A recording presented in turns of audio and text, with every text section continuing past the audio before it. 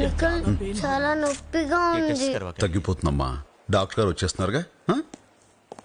ఏమిటి ప్రాబ్లం? ఏం లేదు డాక్టర్, తను ఆడుకుంటూ కింద పడింది, కాలు బెడికిందేమోనని డౌట్గా ఉంది. ఓ, పేరు? కావ్య. ఓకే.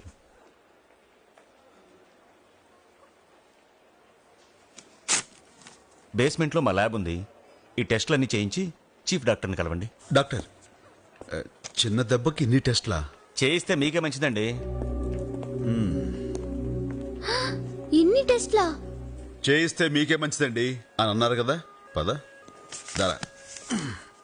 ఏంటి సార్ ఇది? కాల్లో ముళ్ళు గుచ్చుకుందని వస్తే స్కానింగ్ అంటున్నారు. గవర్నమెంట్ హాస్పిటల్కి భయపడి ఇక్కడికి వస్తే ఉన్న ఇల్లు వాకిలి కూడా అమ్మించేసేలా ఉన్నారు. నువ్వు టెస్టులు చేయించి చీఫ్ను కలు, నేను బ్యాంక్ వెళ్ళి డబ్బు తీసుకొస్తాను. అలాగే. సరోజకు నొప్పులు రావడానికి ఇంజెక్షన్ ఇచ్చావా? ఇచ్చేం డాక్టర్. నార్మల్ డెలివరీ అయ్యేలా ఉంది. వద్దుందా నీకు? మామూలుగా కనిస్తే మన హాస్పిటల్కి లాభం ఏంటి? బిడ్డ అడ్డం తిరిగినట్టుందని భయపెట్టు. ఆపరేషన్ చేయమంటారు. 10 రోజులు బెడ్ మీద పడుకోబెట్టి 40,000 బిల్ తీసుకోవచ్చు.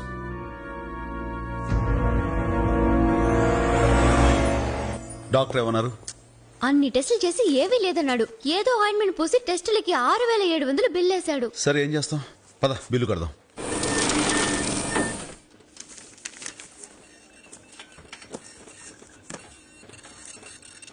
మీరు ఎమర్జెన్సీ వార్డులో ఉన్న పేషెంట్ సంజయ్ గారి భర్తేనా? అవును సార్. ఆవిడ నిన్న సాయంత్రమే చనిపోయారు సార్.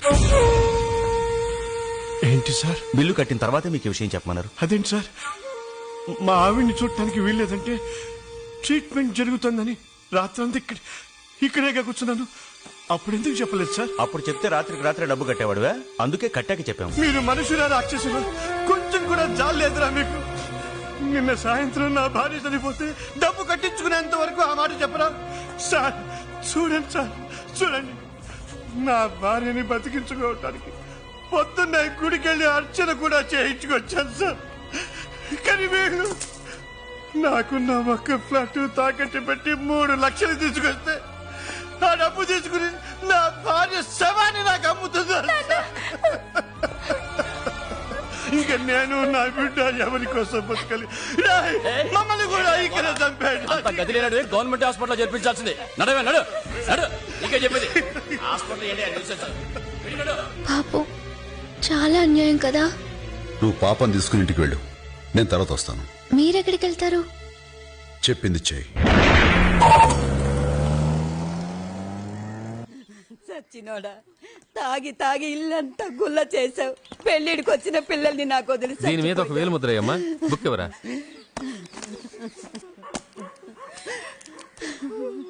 ఇదిగోనమ్మా, మీ ఆయన పొద్దున్నే చనిపోయినట్లు ధృవపరిచే డెత్ సర్టిఫికేట్ అమ్మ ఇది. ఇది తీసుకెళ్తే గానీ శ్మశానంలో శవాన్ని కాల్చనివ్వరు. ఇదిగో తీసుకో. మీరెవరండి? వీళ్ళకి కావాల్సిన మనిషిని. అయితే ఆ నల్ల వ్యాన్లో తీసుకెళ్ళండి. కావాల్సింది నల్ల వ్యాను కాదు, తెల్ల వ్యాను.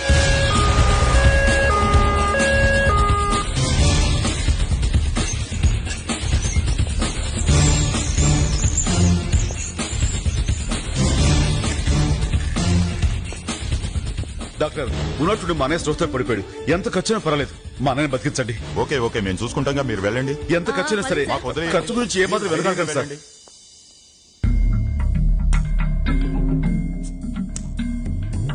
తీసుకొచ్చే దారిలోనే ప్రాణం పోయినట్టుంది. ఇతనికి ప్రాణం పోయిన విషయం మనకి మాత్రమే తెలుసు. ఎంత డబ్బు ఖర్చైనా పర్వాలేదు అని అంటున్నాడు కాబట్టి మందే పోయింది. ఇతనికి ట్రీట్మెంట్ చేస్తున్నట్టుగా యాక్ట్ చేద్దాం. 4-5 లక్షల బిల్లు వస్తుంది. అంత డబ్బు ఇస్తాడంటావా? ఈ భూమి మీద డబ్బుతో కొనలేనిది ప్రాణం ఒక్కటే. దానికోసం మనిషి ఎంతైనా ఖర్చు పెడతాడు. అది వాళ్ళ వీక్ పాయింట్, మన క్యాష్ పాయింట్. మీరు యాక్ట్ చేయండి. డాక్టర్, మా అన్నయ్యకి ఏం పర్వాలేదు, కరెక్ట్ టైం తీసుకొచ్చారు. లోపల ట్రీట్మెంట్ జరుగుతుంది, ఆయన ప్రాణాలకు ఏం ప్రమాదం లేదు. Thank you sir. ఏంటయ్యా మీరు అనేది? నువ్వు ఉండోదినా, అన్నయ్య ప్రాణాలకి ఏం ప్రమాదం లేదు అంటున్నారు కదా. ఈ హాస్పిటల్స్ అన్నది నీకు తెలీదు, ఎలాగైనా సరే బతికించేస్తారు కదా డాక్టర్. మీరు ఒక్కసారి ఇలా రండి. పేషెంట్ ని బ్రతికించడం పెద్ద ప్రాబ్లం ఏమి కాదండి, కాకపోతే కొంచెం ఎక్కువ ఖర్చు అవుతుంది. చెప్పారు కదా డాక్టర్, ఎంత ఖర్చైనా సరే మా అన్నయ్య మాకు దక్కాలి. ఇమీడియట్ గా 50,000 అడ్వాన్స్ గా పే చేయండి. సరిపోతుందా సార్? ప్రస్తుతానికి సరిపోతుంది, వెళ్ళండి. అలాగే sir.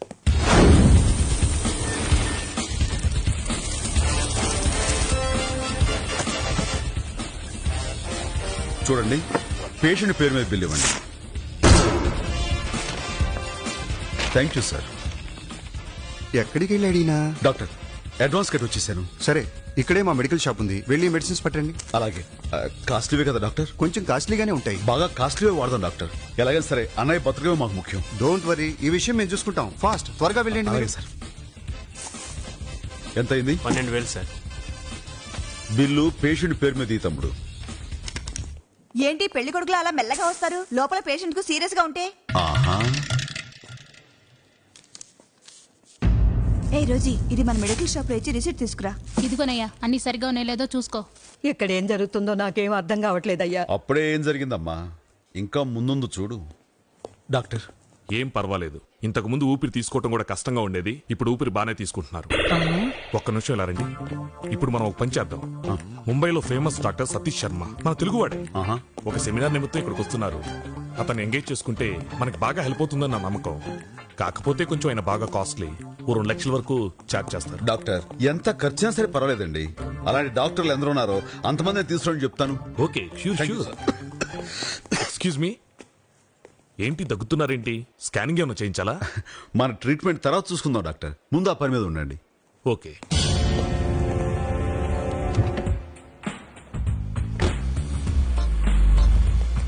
Hello doctor Satish. Hello doctor. Welcome sir. Hello.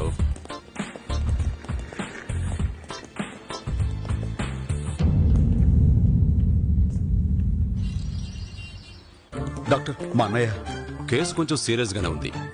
ఒకసారి స్ప్రోలో కూడా వచ్చాడు. మిమ్మల్ని పిలిచేలోపే మళ్ళీ పోయింది.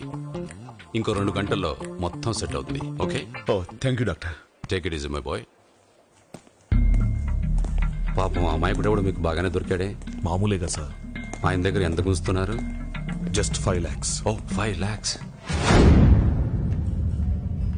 ఏంటి నీళ్ళు పెళ్లి కుదిరిందటగా? అవును డాక్టర్. పెళ్లి అయ్యాక మర్చిపోవు కదా. పోండి సార్. డాక్టర్, బాడీ డీకంపోజ్ అవుతుంది. బ్యాడ్ స్మెల్ రాకముందే ఏదైనా చేయండి. చీఫ్ డాక్టర్ ని పిలిచి సీరియస్నెస్ క్రియేట్ చేద్దాం. ఓకే, కమాన్, హరి అప్, హరి అప్.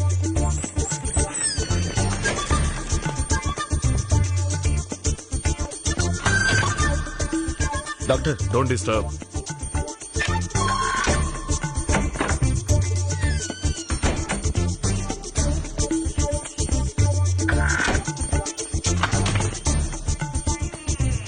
ఏంటయ్యా శవాన్ని పట్టుకుని ఇంత హడావుడి చేస్తున్నారు? ఇప్పుడు డాక్టర్ బయటకు వచ్చి దీనంగా మొహం పెట్టి కళ్ళజోడు తీస్తూ, సారీ మేము చాలా ట్రై చేశాం కానీ మీ అన్నయ్య చనిపోయాడు అని అంటాడు చూడు.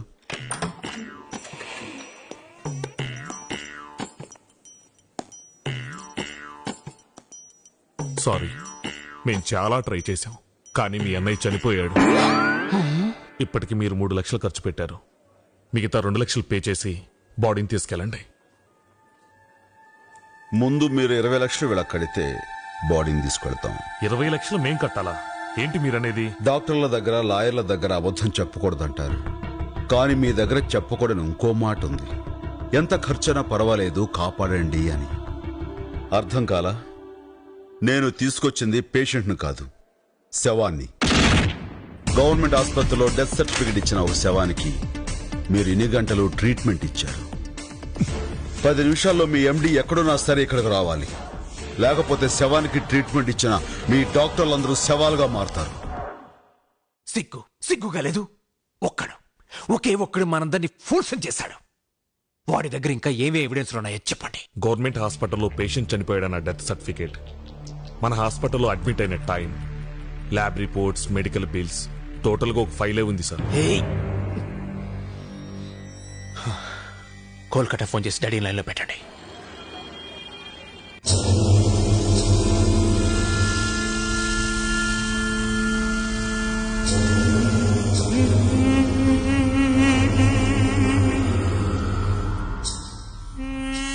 సార్, ఋషి గారు లైన్లో ఉన్నారు. రిషి, అన్నయ్య వాయు దిగ్బంధనంలో ఉన్నారు. 1 నిమిషం లైన్లో ఉండు. వాయు దిగ్బంధనం అంటే ఏంటి సార్? ఊపిరి తీసుకోకుండా కొన్ని నిమిషాల పాటు ఉండడం. యోగాలో అదొక ప్రక్రియ.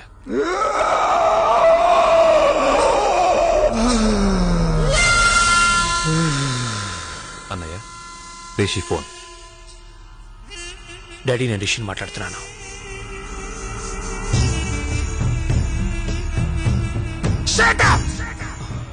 చూడు, అక్కడ హాస్పిటల్కి ఏ డ్యామేజ్ జరిగినా అందరినీ ముక్కల కింద నరికేస్తాను. ఇండియాలో ఉన్న మన బిజినెస్లన్నిటికంటే హాస్పిటలే మేజర్ బిజినెస్. నువ్వేం చేస్తావు నాకు తెలియదు. ఈ విషయం బయటికి రాకుండా క్లోజ్ చేసే. ఏ మిస్టేక్ జరిగినా అందరూ నాలో ఉన్న రాక్షసుని చూడాల్సి వస్తుంది. వాడు ఇప్పుడు ఎక్కడున్నాడు రా?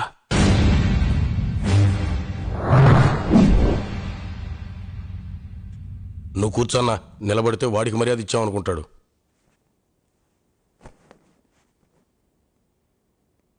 సో నువ్వు నోరు తెరవకుండా ఉండాలంటే 20 లక్షలు కావాలంటావు. 23 లక్షలు నేను కట్టిన 3 లక్షలతో కలిపి. 23?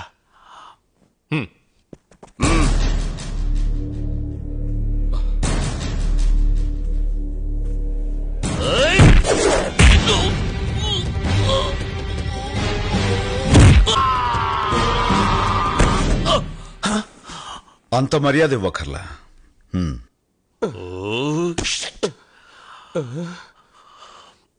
అన్నా నేనెవరిని? గురువు గారిని చూస్తుంటే జెంట్లమెన్లా ఉన్నారు. ఆయనతో క్లాష్ కంటే క్యాష్ సెటిల్మెంట్ చేసుకుంటేనే బెటర్.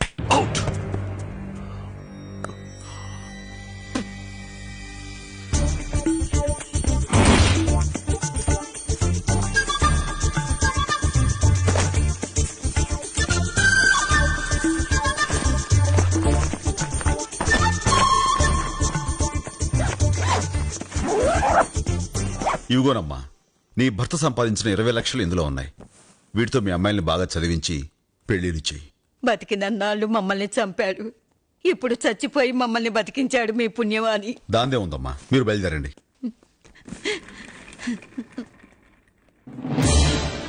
ఇలా తలలో ఉంచుకుని నిలబట్టం కోసం కాదు మీరు డాక్టర్లు అయ్యింది. ఒక హిందూ ఈశ్వరునే మొక్కుతాడు, ఒక ముస్లిం అల్లా కోసమే నమాజ్ చేస్తాడు, క్రిస్టియన్ యేసు ప్రభువునే ఆరాధిస్తాడు. కానీ అన్ని మతాల వాళ్ళు చేతులెత్తి మొక్కేది మీ డాక్టర్లకి. మీరు మాత్రం వాళ్ళ జీవితాలతో ఆడుకుంటున్నారు.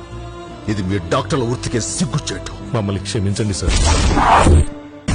తెలుగు భాషలో నాకు నచ్చని ఒకే ఒక్క మాట క్షమించడం.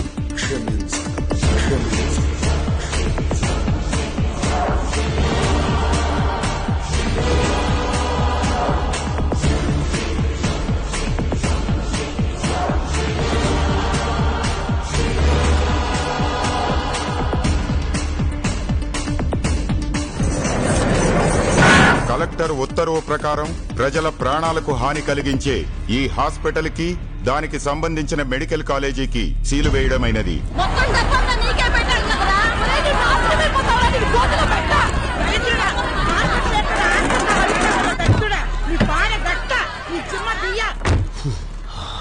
సార్ మీరెందుకు వచ్చారు సార్?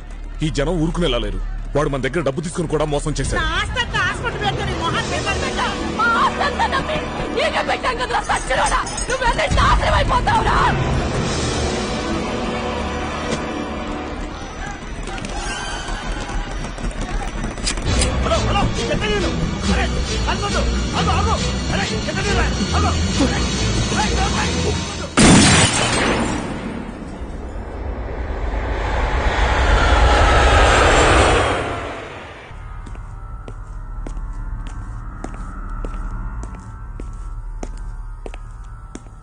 సార్ అతను ఎవరు అన్నది ఎవరికీ తెలియదు.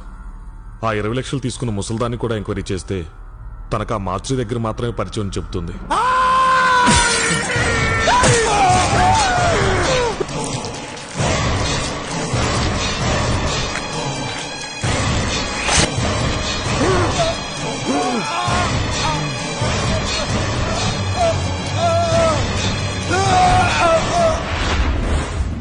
వాడెవడో నాకు తెలియాలి. 24 గంటల్లో వాడు నా దగ్గర ఉండాలి. వాడెవడో తెలియకుండా ఎలా అన్నయ్యా? కొంచెం బుర్ర పెట్టండి రా. మన హాస్పిటల్లో 8 ఎంట్రన్స్ ఉన్నాయి కదా, ప్రతి ఎంట్రన్స్ దగ్గర క్లోజ్ సర్క్యూట్ కెమెరాలు ఉన్నాయి కదా. ఏదో ఒక కెమెరాలో వాడు వచ్చింది రికార్డే ఉంటుంది కదా. ఆ కేసెట్ తెప్పించండి. సుబ్బు ఇక్కడే ఉంటున్నావా? అవునరా. Meet my classmate Balaji. Hello. Nice meeting. అదేంట్రా, మన ఇద్దరం సిటీ కాలేజీలో బీఎస్సీ వరకు చదువుకున్నాం. నాకు తెలియకుండా అయితే నీ క్లాస్మేట్ ఎప్పుడయ్యాడు? ఒరే సోడా బుడ్డి, మన ఇద్దరం సిటీ కాలేజీలో డిగ్రీ చేసాం. వీడు నేను నిజాం కాలేజీలో పీజీ చేసాం. డిగ్రీ ఓ కాలేజీలో పీజీ ఓ కాలేజీలో చేయకూడదా ఏంటి? ఇప్పుడు చూడబోయేది హాస్పిటల్ మెయిన్ ఎంట్రన్స్ రిసెప్షన్ దగ్గర రికార్డ్ అయిన క్యాసెట్ సార్. లేచాయి. Okay sir. మేడం ఈ ఫ్లాపీలో ఉన్న లిస్ట్ చూడాలి. ఆపండి ఆపండి ఆపండి ఆపండి మేడం, ఇప్పుడు ఈ రెడ్ కలర్ లో ఉన్న ఆ 2 పేర్లని సెపరేట్ చేయండి మేడం. ఒక్క నిమిషం. ఇప్పుడు ఈ ఇద్దరు ఏ కాలేజీలో చదివారో చూడండి మేడం. ప్రభాకర్ చదివింది హిందూ కాలేజ్ మచిలీపట్నం, మొయినుద్దీన్ చదివింది జేకేసీ కాలేజ్ గుంటూరు. మేడం వీళ్ళు పీజీ ఎక్కడ చదివారో చూడండి. వాడు శవాన్ని తీసుకొచ్చిన టైం ఉదయం 10:45. మనకి క్యాసెట్ లో చూపిస్తున్న టైం 10:38. అంటే ఇంకో 7 నిమిషాల్లో వాడెవడో మనం తెలుసుకోవచ్చు సార్. ఫార్వర్డ్ చేయి. National college Hyderabad. ఎస్, ఇద్దరు ఒకే కాలేజ్. మేడం ఇప్పుడు ఒక్కొక్క ఆఫీస్ లో రెడ్ కలర్ లో ఉన్న పేర్లన్నీ సపరేట్ చేసి వీళ్ళందరూ పోస్ట్ గ్రాడ్యుయేషన్ ఎక్కడ చేశారో చూడండి. నేషనల్ కాలేజ్ అందరూ అదే కాలేజ్. ఇదంతా చేస్తున్నది నేషనల్ కాలేజ్ ఓల్డ్ స్టూడెంట్స్. వీళ్ళందరూ రాష్ట్రంలో ఉన్న అన్ని గవర్నమెంట్ ఆఫీసుల్లో ఉద్యోగాలు సంపాదించి అక్కడ జరుగుతున్న అవినీతిని ఎవరికో అందజేస్తున్నారు. ఎవరా సెంట్రల్ ఫిగర్? అతనే సార్, అతనే. రివైండ్ చేయి. క్లోజ్ కళ్ళు.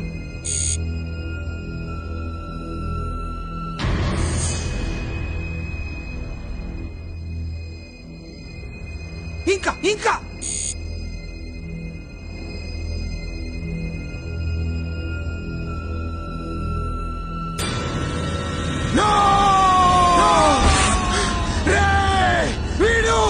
వీడు చచ్చి చాలా సంవత్సరాల ఎందిరా.